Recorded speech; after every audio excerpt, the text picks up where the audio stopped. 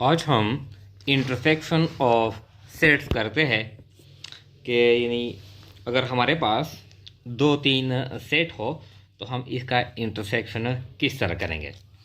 तो देखें, यह इंटरसेक्शन ऑफ सेट्स। सेट ए है, एक कहता है ए इज इक्वल टू 1 2 3 4 5, इसमें 5 एलिमेंट है, 5 हिस्से है। बी है 2 4 6 8, इस तरह। अब कहता है find A intersection B. Find A intersection B. इससे पहले हमने यानी यूनियन ऑफ सेट किया है। यूनियन में हम जो डिजिट एक हो यानी कॉमन हो या अनकॉमन हो, यानी जो डिजिट यानी ए में हो या बी में हो, दोनों हालातों में हम ये यानी लेते हैं, ए में हो बी में हो या दोनों में हो। लेकिन जो इंटरसेक्शन का जो केस है, इंटरसेक्शन में हम कॉमन डिजिट, कॉमन एलिमेंट हम लेते हैं, यानी जो मुश्तरक डिजिट हो वो हम लेते हैं। देखें किस तरह, ए इंटरसेक्शन बी। तो हमारे पास जो ए सेट है 1 2 3 4 5। अब ये इंटरसेक्शन है, इंटरसेक्शन बी, सॉरी, तो ये बी सेट है। बी 2 4 6 8, 2 4 6 8, इस तरह।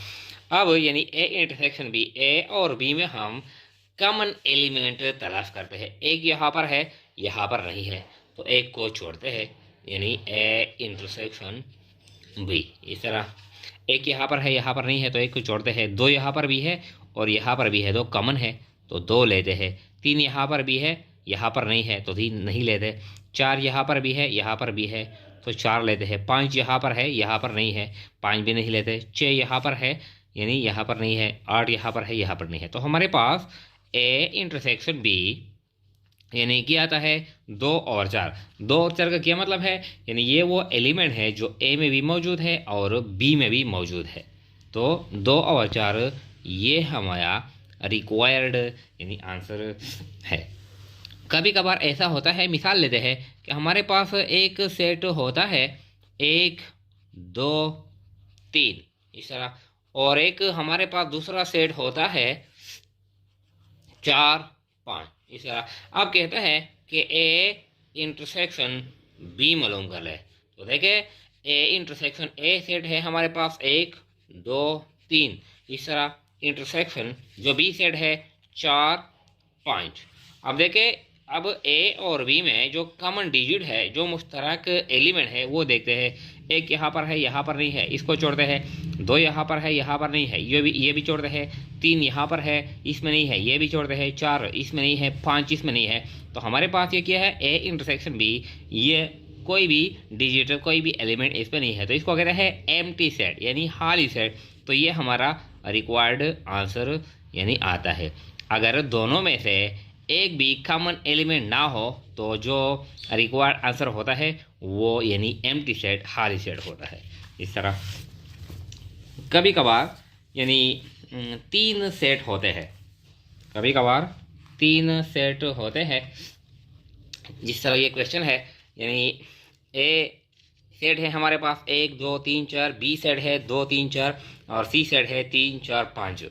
अब ये कहता है find A intersection B intersection C, यानी ए इंटरसेक्शन बी और इंटरसेक्शन बी, यानी ए बी और सी में जो कॉमन एलिमेंट है वो आप मालूम करें। तो इसको हल करते हैं, ए इंटरसेक्शन बी, इस तरह, इंटरसेक्शन सी। तो हमारे पास जो ए सेट है 1 2 3 4, इस तरह। इंटरसेक्शन बी सेट है 2 3 4। सी सेट है हमारे पास 3 4 5, इस तरह।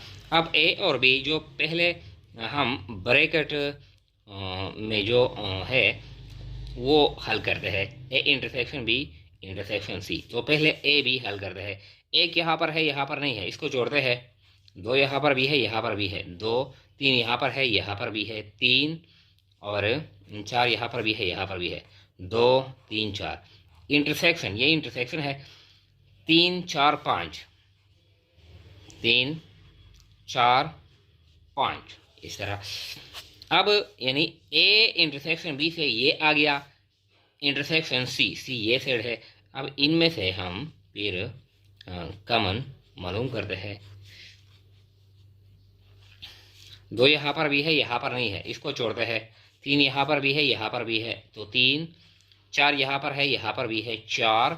5 यहाँ पर है, इसमें नहीं है, तो हमारा जो रिक्वायर्ड जो आंसर आता है यानी A intersection B intersection C, वो 3 और 4 आता है। 3 और 4 का क्या मतलब है, यानी 3 और 4 वो एलिमेंट है जो ए में भी है, बी में भी है और सी में भी है, यानी 3 और 4, 3 और 4 और 3 और 4, इसका ये मतलब है।